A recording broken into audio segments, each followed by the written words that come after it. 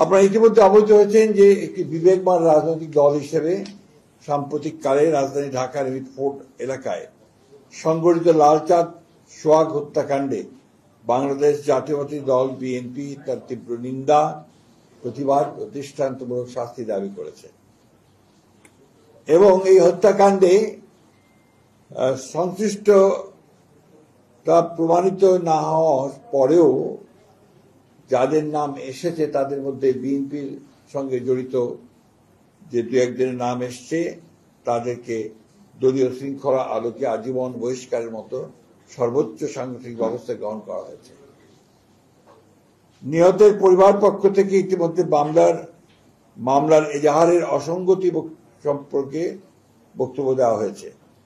তাদের বক্তব্য থেকে জানা যায় যে তাদের উল্লেখিত 3 জন অপরাধীদের নামের স্থলে এমন 3 জনের নাম সংযুক্ত করা হয়েছে যাদের বিরুদ্ধে তাদের কোনো অভিযোগ নেই। দুঃখজনক হল সত্য, নৃশংসতার মাধ্যমে এই হত্যাকাণ্ডে সরাসরি অংশগ্রহণকারীদের এ পর্যন্ত গ্রেপ্তার করা দূরে থাক, আইন প্রয়োগকারী সংস্থা এখনো তাদের নাম পরিচয় পর্যন্ত উদ্ঘাটন করতে সক্ষম হয়নি। তাছাড়াও আমরা বর্তমান সরকারের কাছে এই হত্যাকাণ্ডে সরাসরি অংশ নেওয়া ব্যক্তিদের গ্রেপ্তার এবং দ্রুত বিচারের পদক্ষেপ গ্রহণের দাবি জানিয়েছি।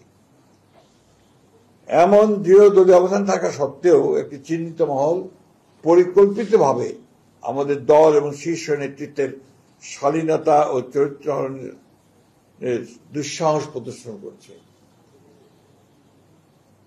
সার্বিক বিবেচনায় আমাদের বেশ কয়েকটি বিষয় গুরুত্বের সাথে অনুধাবন করা প্রয়োজন বলে আমরা মনে করছি, কারণ বিষয়গুলো জনমনে কিছু প্রশ্নের উদ্রেক করেছে। এই হত্যাকাণ্ডের ঘটনা কোন রাজনৈতিক স্বার্থসিদ্ধির জন্য ব্যবহার হচ্ছে কিনা এবং এর মাধ্যমে আসন্ন জাতীয় নির্বাচনের পরিবেশকে বিঘ্নিত করার জন্য বিশেষ কোন মহলের প্ররোচনায় এই ধরনের ঘটনাকে অজুহাত হিসেবে ব্যবহার করা হচ্ছে কিনা এ নিয়ে সন্দেহ করবার যথেষ্ট অবকাশ রয়েছে। কুমিল্লার মুরাদনগরে সংঘটিত 3টি নৃশংস হত্যাকাণ্ড, কুমিল্লায় মসজিদের ইমাম হত্যা, খুলনায় যুবদল নেতা মাহবুব মোল্লাকে হত্যা ও রক কেটে দেওয়া, এমন হত্যাকাণ্ডের ক্ষেত্রে সকলের প্রতিবাদী কণ্ঠস্বর সমমানের ছিল কিনা সে বিষয়েও প্রশ্ন তোলা যেতে পারে। পরিকল্পিতভাবে দেশে অস্থিতিশীল পরিস্থিতি সৃষ্টির জন্য মিটফোর্ডের হত্যাকাণ্ডকে রাজনৈতিক দুর্বিসন্ধমূলকভাবে বাস্তবায়নে ব্যবহৃত হচ্ছে কিনা সে ব্যাপারে সন্দেহ করার যথেষ্ট কারণ রয়েছে। প্রকাশ্য দিবালোকে অসংখ্য মানুষের সামনে আইন প্রয়োগকারী সংস্থার নিকটবর্তী অবস্থান থাকা সত্ত্বেও এমন ঘটনার কোনো প্রতিরোধ না হওয়ায় পুরো ঘটনাটা সম্পর্কে জনমনে প্রশ্ন উদ্রেকের যথেষ্ট কারণ রয়েছে। জনসম্মুখের হত্যাকাণ্ডের প্রতিবাদ এবং প্রতিরোধ ছাড়া বিনা বাধায় ভিডিও ধারণ যুক্তিসঙ্গতভাবেই অনেক প্রশ্নের জন্ম দেয়। পুলিশের বক্তব্য থেকে জানা যায়, গ্রেপ্তারকৃতদের জিজ্ঞাসাবাদে এই ঘটনার সাথে সংশ্লিষ্টদের রাজনৈতিক পরিচয় সম্পর্কে কোনো তথ্য উদ্ঘাটিত হয়নি। মাত্র গুটি কয়েক সন্ত্রাসী দ্বারা প্রকাশ্যে এমন হত্যাকাণ্ড সংঘটিত হওয়ায় মাত্র 1 বছর আগে সংঘটিত জুলাই গণঅভ্যুত্থানের চেতনার সম্পূর্ণ বিপরীতে আইনের শাসন ধ্বংসের ষড়যন্ত্র বলেই বিবেচিত হতে পারে। সরকার পরিচালনার দায়িত্বে না থাকা সত্ত্বেও বিশেষ একটি রাজনৈতিক দল ও তার প্রধান নেতৃত্বকে দায়ী করে বিক্ষোভ মিছিল আয়োজন এবং অশ্লীল ভাষা প্রয়োগ করে রাজনৈতিক সংস্কৃতিকে আবারও সেই ফ্যাসিবাদের যুগে ফিরে নিয়ে যাচ্ছে কিনা সেটাও জনগণের সামনে প্রশ্ন হয়ে দেখা দিয়েছে।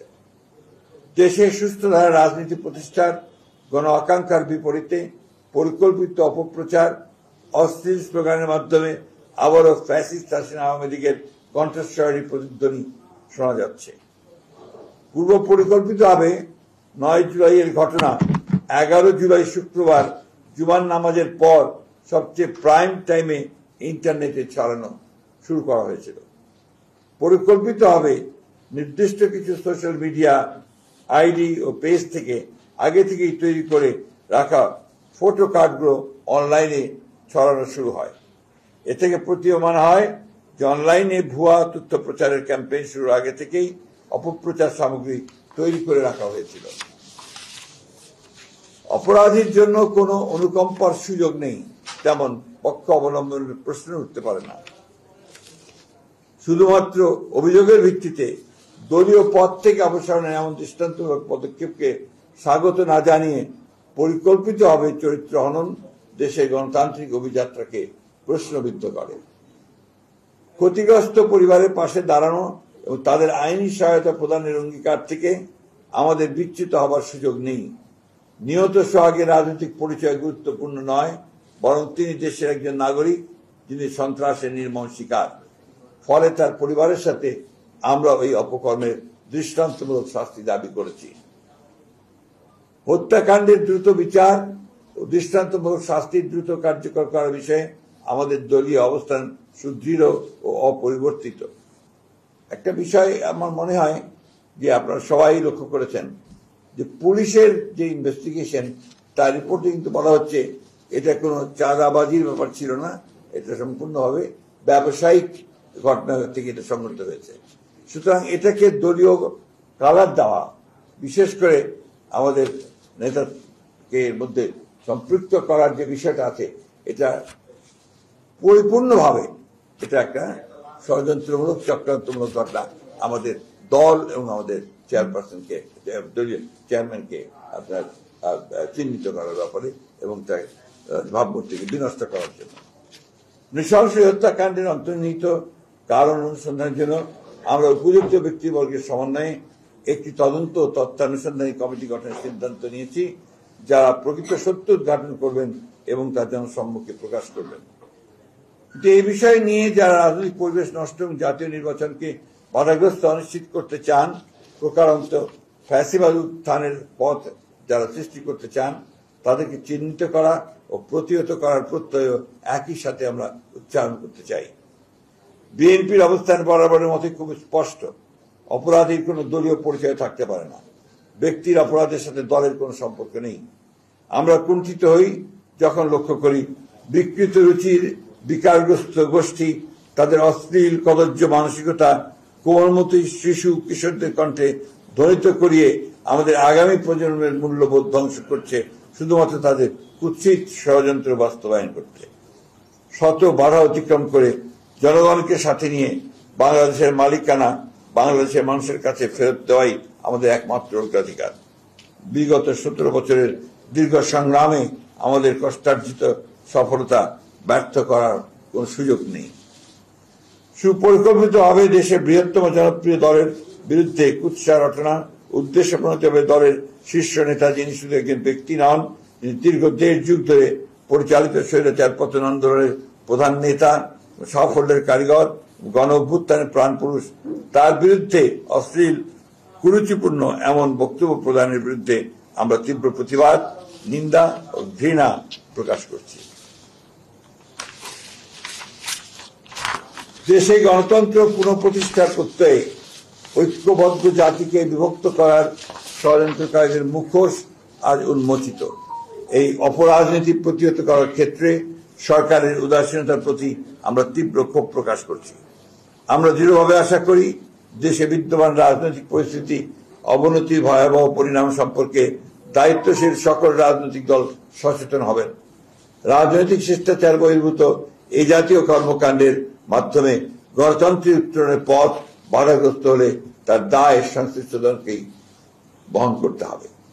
আমরা গভীর শঙ্কার সাথে লক্ষ্য করেছি সুপরিকল্পিতভাবে এই অশ্লীল কুরুচিপূর্ণ আক্রমণের লক্ষ্যবস্তু হচ্ছেন এদেশের স্বাধীনতা, মুক্তিযুদ্ধ, সার্বভৌমত্ব ও গণতন্ত্রের সমর্থক রাজনৈতিক দল ও তার শীর্ষ নেতৃত্ব। গুটি কয়েক রাজনৈতিক ষড়যন্ত্রকারীর প্রচেষ্টায় বাংলাদেশ ব্যর্থ হতে পারে না। যে তারুণ্য ফ্যাসিবাদের পতনে আমাদের সাথে অগ্রসৈনিক ছিল, আর দেশের প্রয়োজনে তাদের সাথে আমাদের সকল ঐক্যবদ্ধ চেষ্টা কোনো মূল্যেই বাংলাদেশের স্বাধীনতা সার্বভৌমত্ব রক্ষা করবে।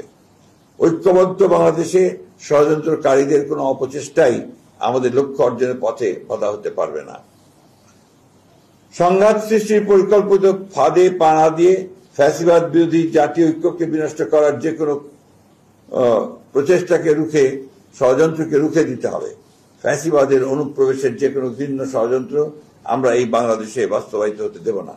সকল গণতান্ত্রিক শক্তির ঐক্যবদ্ধ অবস্থানকে একসাথে নিয়ে এদেশে প্রকৃত গণতন্ত্র প্রতিষ্ঠায় সংকল্পে আমরা বরাবরের মতোই প্রতিজ্ঞাবদ্ধ।